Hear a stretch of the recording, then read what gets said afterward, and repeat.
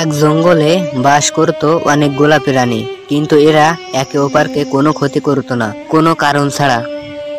কারণ এই বনের পশুর রাজা সিংহ এই আইন তৈরি করেছে, অবলা প্রাণীদের অযথা না মেরে ফেলানো।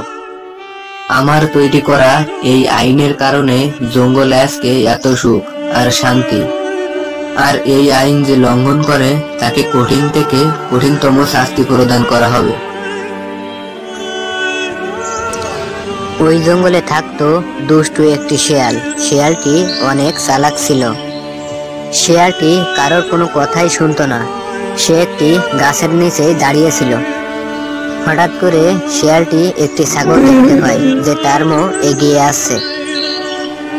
একা একাই মাঠে ঘাস খাচ্ছে, কিন্তু বনের রাজা সিংহ তো একটা আইন বানিয়েছে, অবলা কোনো পশু প্রাণীকে অযথা হত্যা করা। কিন্তু কি করি, চুরি করে খেতে তো আর ভালো লাগে না। ধরতে পারলে অনেক মারবে, কি করার, এখন থেকে জঙ্গলের প্রাণীদের বোকা বানিয়ে খেতে হবে। এই কথা বলে শিয়ালটি ছাগলের কাছে যায় আর ছাগলটির সাথে কথা বলতে থাকে।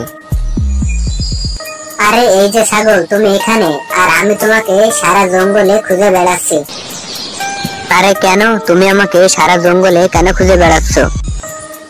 আরে বনের রাজা সিংহ তোমাকে ডেকে নিয়ে যেতে বলেছে, তাই তোমাকে খুঁজতে এসেছি।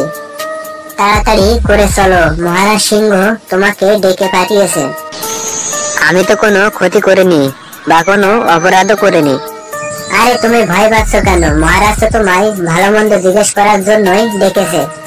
ভয় পাওয়ার জন্য কোনো কারণ নেই, এখন তুমি আমার সাথে চলো। ছাগল শিয়ালটিকে বিশ্বাস করলো।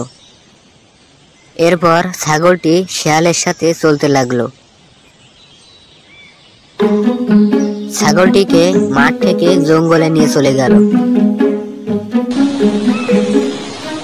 কি ব্যাপার মন্ত্রী শিয়াল, তুমি আমাকে এই জঙ্গলে আনলে কেন? মহারাজ সিংহ কোথায়? আরে কোনো মহারাজ তোকে ডাকেনি, আমি তোকে ভালাই বলে জঙ্গলে নিয়ে এসেছি, আর এবার তোকে আমি খাবো, আর কেউ টের পাবে না। এরপর শিয়ালটি ছাগলটিকে মেরে ফেললো। তারপর শিয়াল ছাগলটিকে খেতে শুরু করে দিল।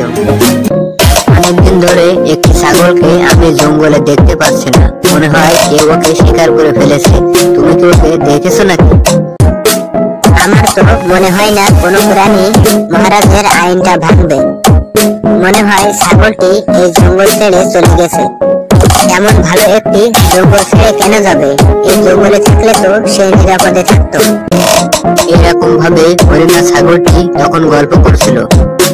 এদিকে হরিণের ছানাটি অনেক চঞ্চল ছিল, আর সে একা একাই বেরিয়ে পড়লো জঙ্গলের দিকে খাবার খেতে।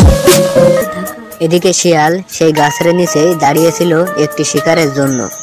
অনেকক্ষণ দাঁড়িয়ে থাকার পর কিছুক্ষণ পরে সেই হরিণের ছানাটি মাঠের দিকে চলে আসলো আর সেখানে এসে দাঁড়িয়ে গেল।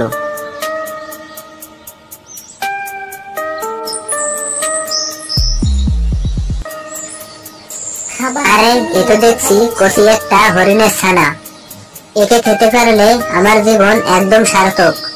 যাই, ওকে জঙ্গলে নিয়ে যাই।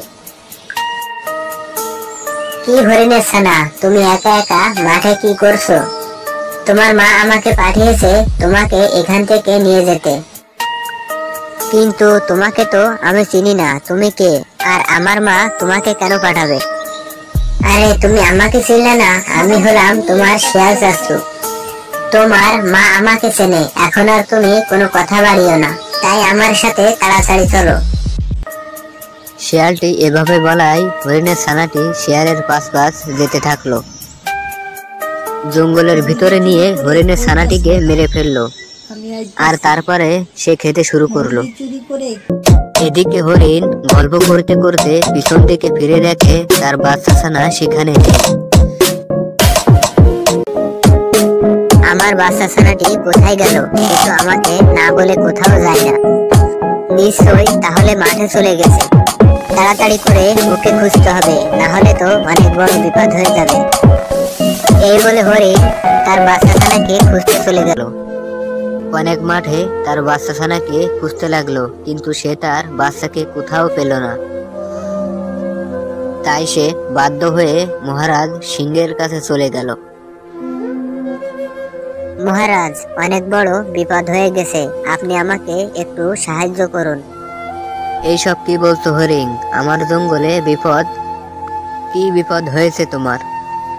বেশ কয়েকদিন ধরে জঙ্গলে কিছু আজব ঘটনা ঘটছে। কিছুদিন আগে একটি ছাগল হারিয়ে গেছে, আর এখন আমার বাচ্চা ছানাকে আমি খুঁজে পাচ্ছি না। বলা যায় না, মনে হয় তাকে কোনো প্রাণী শিকার করেছে। এইসব কি বলছো? আমার জঙ্গলে এত কিছু হয়ে যাচ্ছে, তাও আমি কিছুই টের পেলাম না। আমি এখনই বাঘকে ডেকে পাঠাচ্ছি, দেখি জঙ্গল থেকে কে এমন কাজ করছে।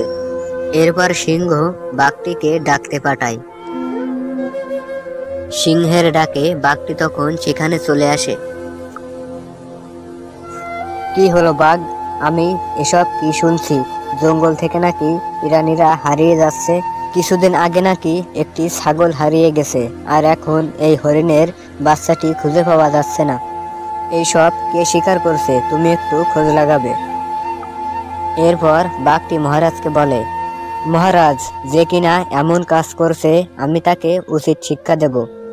এরপর বাঘটি খোঁজ লাগিয়ে সে শিয়ালের কথা জানতে পারে, আর তাকে ধরে মহারাজের কাছে নিয়ে যেতে লাগলো। বন্ধুরা, ভিডিওটি ভালো লাগলে প্লিজ একটি লাইক ও সাবস্ক্রাইব করে আমাদের পাশে থাকুন।